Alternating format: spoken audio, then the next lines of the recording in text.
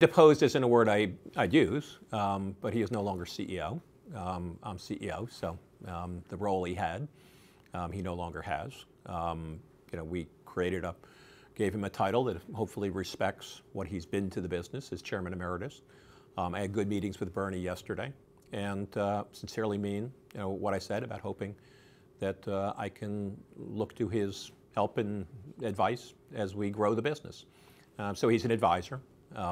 And to the board, including me, and we, look forward to his help. But yes, he no longer has the role he's had for decades as CEO of the business. Now, one of the hallmarks of Bernie Ecclestone's reign was quite often playing divide and rule among the teams. You're offering the teams a stake in the business. How widely do you expect that to be taken up?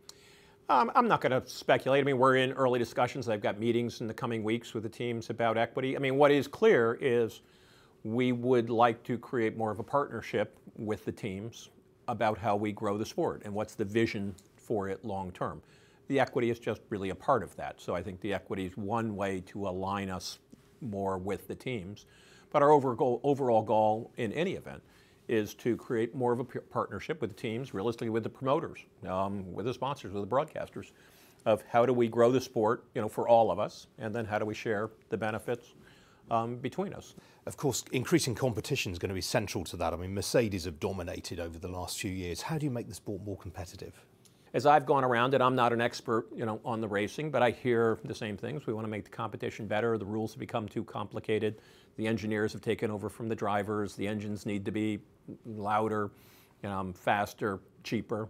The answer to those things, to addressing those issues, clearly requires, us to engage with our partners and find solutions to some degree.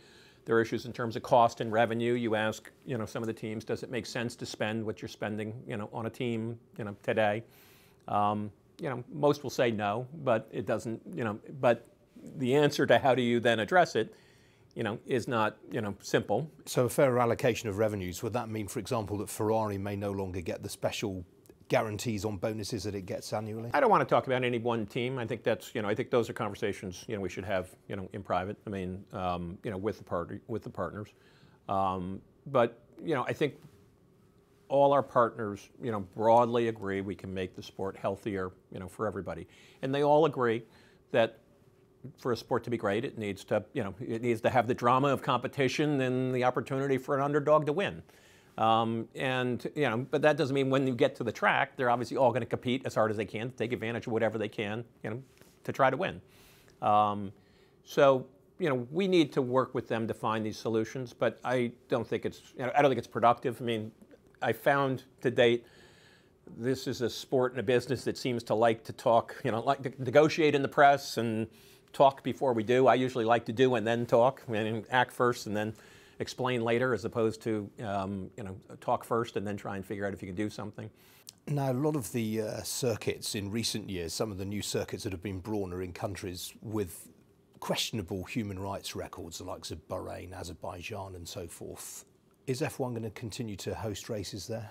I mean, certainly the places we're in, we're going to host the races. I mean, we're running a sport and entertainment business that's a global business, that I think that's a good thing for us to be creating a product that that reaches out across the world. We'll run it responsibly.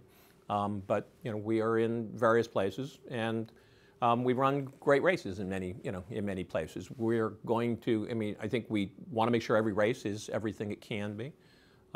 We want to make sure we strengthen our foundation in Western Europe. We want to make sure we take advantage of opportunities to grow in new markets, like China or the US. We have one race in each, but clearly we can do, there's only upside in those markets, for us.